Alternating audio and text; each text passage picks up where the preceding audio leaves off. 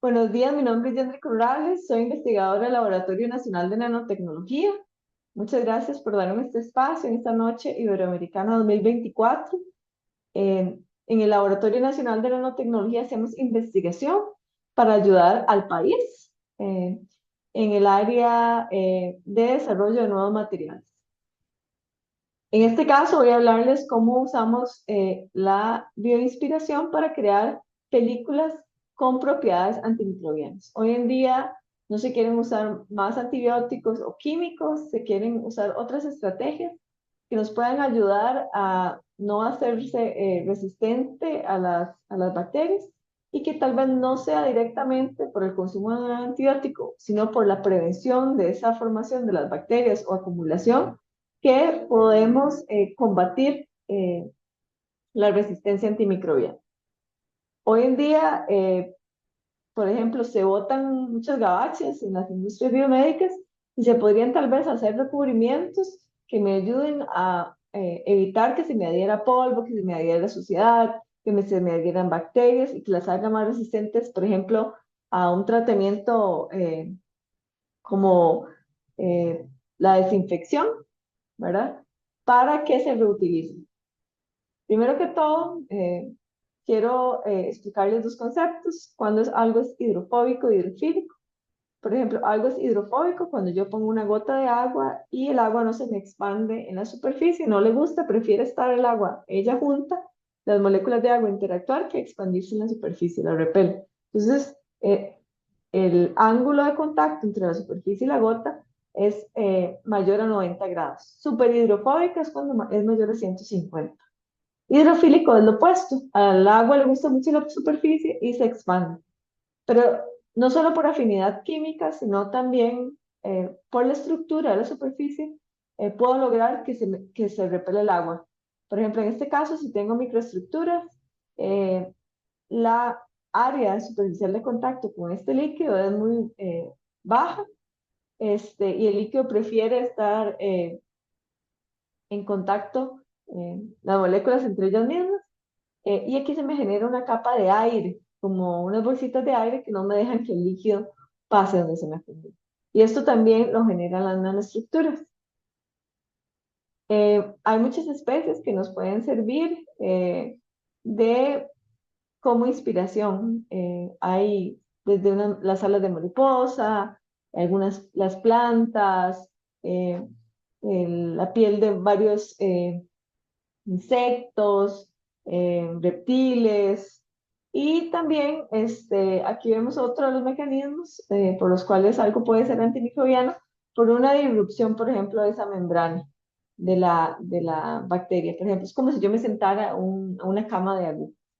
Entonces, en nuestro caso, no usamos estos animales como bioinspiración, sino usamos uno de los fósiles vivientes que viven en Costa Rica. Ha estado en la naturaleza más de 500 millones de años. Los onicóforos, están en algunos microclimas del país. Son especies muy raras de ver y ellos expelen una secreción que se le pega casi a todos los cutículas de casi todos esos insectos, animales, plástico, vidrio, madera, pero no se le pega a él mismo. Entonces, por eso lo usamos como inspiración, porque esta especie puede tener un mecanismo mucho más efectivo que las otras especies. Entonces, queríamos entender cómo. Primero que todo, aquí es una foto del Velvet Worm. Aquí está mi mano, aquí un poquito de tierra donde yo lo tenía. Acá vemos cómo se comporta una gota de agua. Es hidrofóbico, o sea, está repeliendo en la superficie de la piel del onicóforo. Si vemos acá entre el agua y el aire, si metemos el cuerpo del onicóforo antes de hacer la histología, vemos que se forma una capa de aire, ¿verdad? Como una camada de aire que no deja que las dos superficies interactúen. Lo que yo les decía de las bolsitas de aire. Acá yo le estoy poniendo unas gotas de agua y vemos como la superficie repele el agua, ¿verdad? No, no le gusta, no se le queda pegado. Aquí hay una gota, la única que le pude poner y está casi que guindando para caerse. Entonces hicimos unos estudios En el laboratorio tenemos un microscopio que se llama Raman confocal, que nos deja ver la estructura, pero también la composición química. Entonces yo puedo marcar acá y mapear qué hay en la superficie. Entonces, esta es una imagen del área que mapeé. Si hay unos lípidos en la superficie, ¿verdad? No, no es la superficie, eh, no es hidrofílica, tiende a ser hidrofóbica por estos lípidos, pero también por estas micro y nanoestructuras. Vemos como que tiene microestructuras de unos 70 micrómetros en promedio, con nanoestructuras de 300 a 500 nanómetros. Entonces ahí vemos que ese mecanismo se está siendo aplicado en esta piel. También lo de afinidad química, vemos que hay algo hidrofóbico que me va a repelir el agua, ¿verdad? Como un tipo de lípido. Para realmente ver si ese líquido estaba ahí, tuvimos que usar una técnica que se llama CRIOTEM. Para eso hicimos un proyecto conjunto con el Max Planck en Alemania, donde ellos tienen un microscopio electrónico de barrido que usted lo puede trabajar a temperaturas muy, muy bajas y donde usted congela el material a menos 180 grados y puede ver cómo está la estructura. Entonces, la estructura usted la ve así, sin degradarse. Entonces, vemos que sí, en algunas de las partes de la piel tiene este tipo de recubrimiento que es un lípido. Pero no solo eso, ya tenemos la estructura en micro y nanoestructura, tenemos la composición química, pero también tenemos otro hallazgo que es estas estructuras con colgantes negativas que me generan que físicamente sea muy difícil que la gota de agua ruede a través. Entonces, este recubrimiento me genera un tipo de acumulación que tiene una, eh, un ángulo negativo, una curvatura negativa, que también me ayuda a repelir. Entonces, esto solo se había visto en especies como la colémbola. Acá lo que vemos es una microscopía de transmisión con un corte transversal, donde yo veo acá transversalmente una de estas estructuras. Estos son, por ejemplo, vesículas de pigmentos. Ese pigmento rojo que veíamos, que le da color, ¿verdad? Esas son las vesículas que lo tienen. ¿Cómo podemos hacer un recubrimiento?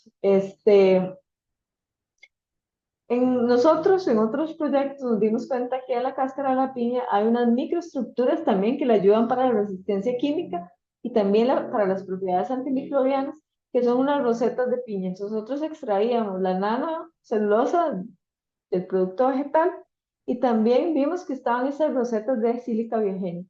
Entonces, ellos están entre las células vegetales organizadas en un modo, lo podemos decir, ordenado.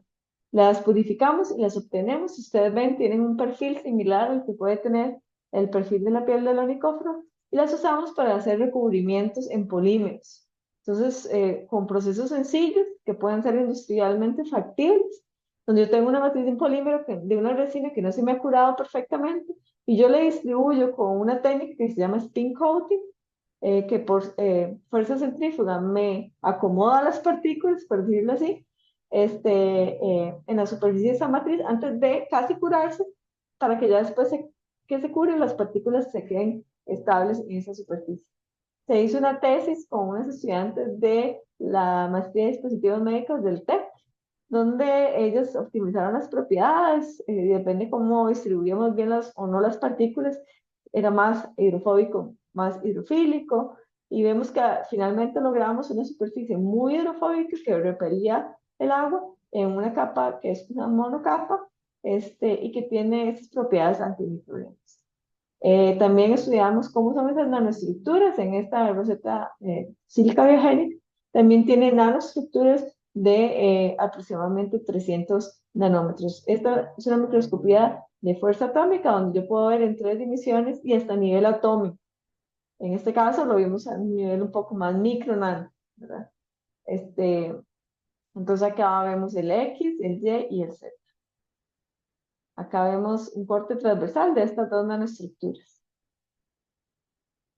Después hicimos los análisis antimicrobianos, donde vimos dónde se adherían las bacterias. Este es un filme, todas estas pelotitas que ven acá, son la sílica biogénica, así se ve en un microscopio de luz. Y acá lo que se ve verde son las bacterias que solo se adhieren en donde no hay rosetas, pero acá no se adherían. Y como estaban esas bacterias, ya estaban muertas. Le hicimos una tinción que si las ven rojas es porque estaban muertas. No hay bacterias vivas. Entonces es una superficie que realmente tiene propiedades antimicrobianas. Después queríamos ver si este recubrimiento que hicimos usando este desecho también tenía esa propiedad de hacer esa disrupción, como si yo me sentara en una cama de agujas, ¿verdad? Entonces usamos unos glóbulos rojos, la estudiante que trabajó acá, Sofía, ella es del Caja Costarricense del Seguro Social y trabajaba con glóbulos rojos, y es una célula que es más grande y me da la posibilidad de ver este proceso. Entonces vemos que los glóbulos rojos que se ven así en un microscopio electrónico, redonditos, se destruían, ¿verdad? Cuando estaban en contacto con la superficie. Y como vemos acá, por ejemplo, está esta disrupción, se le hacen huecos a la membrana, ¿verdad? Entonces, pudimos probar también que se tenía ese efecto. Después, queremos que sea súper hidrofóbico, ¿verdad? Entonces, ahí se aplica el concepto de funcionalización. Yo puedo tener una superficie y colocarle una nanocapa de una molécula pequeña en la superficie que ya es lo suficiente para cambiarle las propiedades. No tiene que ser algo macro. Con una nanocapa le puedo cambiar las propiedades y pasamos de ser hidrofóbico a súper hidrofóbico, poniéndole una molécula con una cadena de carbono larga, como si le hubiéramos hecho una nanocapa de algo similar a un aceite. Entonces, quería concluir que eh, estamos estudiando las propiedades de la piel del onicóforo y por qué es tan repelente, y creo que fuimos exitosos en esta parte.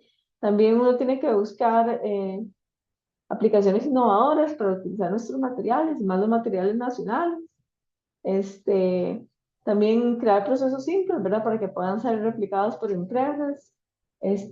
Falta mucho por hacer. Por ejemplo, hay cosas como el quorum sensing, que es cuando una bacteria este, sensa cómo es la superficie y libera ciertas moléculas para avisarle a las demás que no se adhieran ahí. Por ejemplo, no sabemos cuál es el quorum sensing para estos recubrimientos, no sabemos cómo la célula vegetal genera esas estructuras tan maravillosas, por decirlo así, que a uno como investigador sintetizarla le tomaría tal vez años, ¿verdad? Entonces el proceso de cómo la piña lo hace no ha sido estudiado para otras plantas, otro tipo de estructura sí, pero para la piña no ha sido estudiado. Este, También un proyecto así se le puede dar una utilización a un residuo, ¿verdad? Que estaba generando un problema en el país. Bueno, muchos éxitos en esta noche y quedamos a la orden en el Laboratorio Nacional de Nanotecnología y el Centro de Alta Tecnología, que está para ustedes, los costarricenses, y para colaboraciones internacionales, para el desarrollo siempre de la nanotecnología. Muchísimas gracias.